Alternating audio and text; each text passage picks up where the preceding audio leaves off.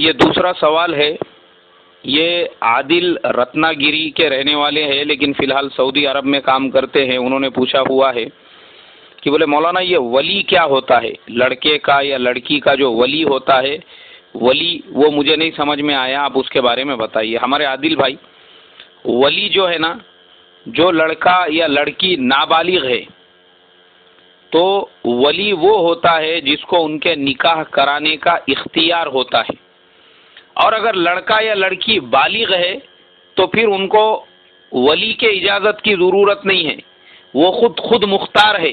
اگر وہ ولی کے کرائے ہوئے نکاح پہ انکار کر دے اور یہ کہے کہ یہ نکاح ہم کو منظور نہیں ہے تو وہ نکاح درست نہیں ہوگا، چاہے لڑکا ہو یا لڑکی ہو۔ اگر وہ بالغ ہے، ہمارے شریعت نے ان کو اپنے فیصلے خود لینے کا اختیار دیا ہوا ہے۔ اگر کوئی نکاح اپنا ولی جو ہے اپنے مرضی سے لڑکی کا نکاح ایسی جگہ کرا رہا ہو جہاں لڑکی نہیں چاہتی ہے اور وہ بالغہ ہے اور وہ یہ کہے کہ مجھے یہاں پہ نکاح نہیں کرانا ہے، تو قیامت تک بھی وہ نکاح نافذ نہیں ہوگا۔ سیم مسئلہ لڑکے کا بھی ہے، تو ولی اسے کہتے ہیں۔ اور ولی کون ہوتا ہے رشتے میں؟ لڑکی ہو یا لڑکا، ان کا سب سے پہلا جو ولی ہے وہ باپ ہے۔ باپ اگر نہیں ہے تو دادا ہے، دادا اگر نہیں ہے تو پردادا ہے، اور اگر پردادا بھی نہیں ہے تو سگا بھائی ہے، تو سگا بھائی اگر نہیں ہے تو سوتیلا بھائی ہے۔